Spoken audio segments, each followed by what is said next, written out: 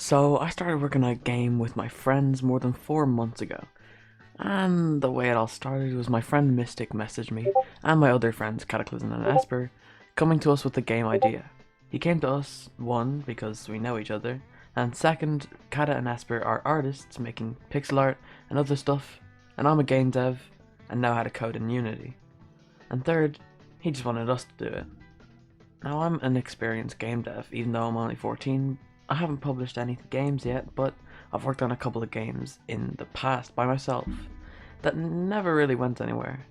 Mainly because when you make a game you plan to be free by yourself, you lose motivation quickly.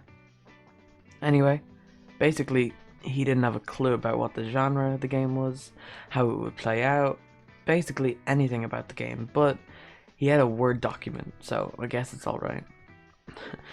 I don't know why, but I can't access it anymore. But it was basically saying magic. Yes. So we started making a game about magic inspired by games like Trove and Kirby for some reason, but also the game Minecraft Legends, which at the time not much had been revealed about, except the art style.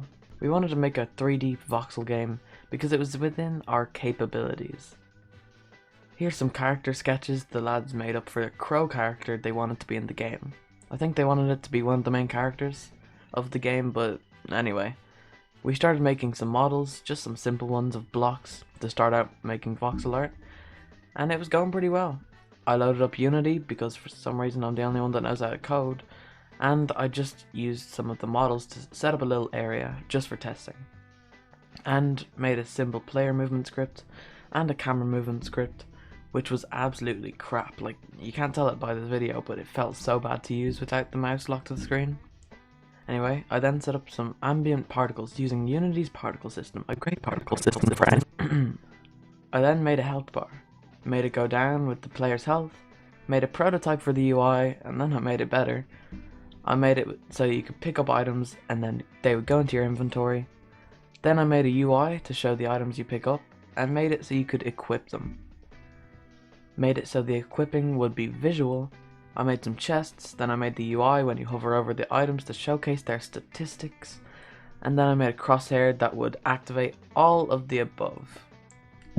So yeah, that's how far we went with the 3D prototype. We haven't touched it since, and I don't think I even have the files anymore. If I were to choose one of the 3 prototypes we've made to continue it by myself, I'd choose this one. I just love the voxel art style, and I love how easy it is to produce. But I don't think it would fit everyone making the game to make it because they're more artists instead of modelers. Anyway, as I said, this was just the first prototype. Speaking of the first prototype, if you guys like and subscribe, that'd be really helpful. I'm working on a visual novel which will come out next year, and I'm really excited for it. The second, well, it didn't come that far. We were going to make a side-scroller shooter, and this is as far as we got. All the sprites were taken from the asset store for prototyping, but yeah, this one didn't work out. Well, what could the third prototype be? We've done a 3D game, a 2D side-scroller. Well, we tried to make a 2D top-down shooter game. We got the assets from a dungeon pack, and I started coding the basics for a 2D top-down game. I made some movement scripts and all that stuff, and we started to implement some spells, which would be the main part of the game. I implemented raycast shooting, instantiate shooting, basically instant shooting and shooting bullets. I implemented swapping between spells, and so far I've implemented 8 different spells, and they all work pretty well. Just look at this. And this is probably the best prototype we've done so far. We've learned from our mistakes from our previous prototypes and started with the core mechanics of the game instead of making models and sprites before we had done anything. Which you should do too if you're making a prototype. And yeah, that's as far as we've gotten making Rune Arcana. It used to be Rune of Niseko, but I think Rune Arcana sounds a lot better.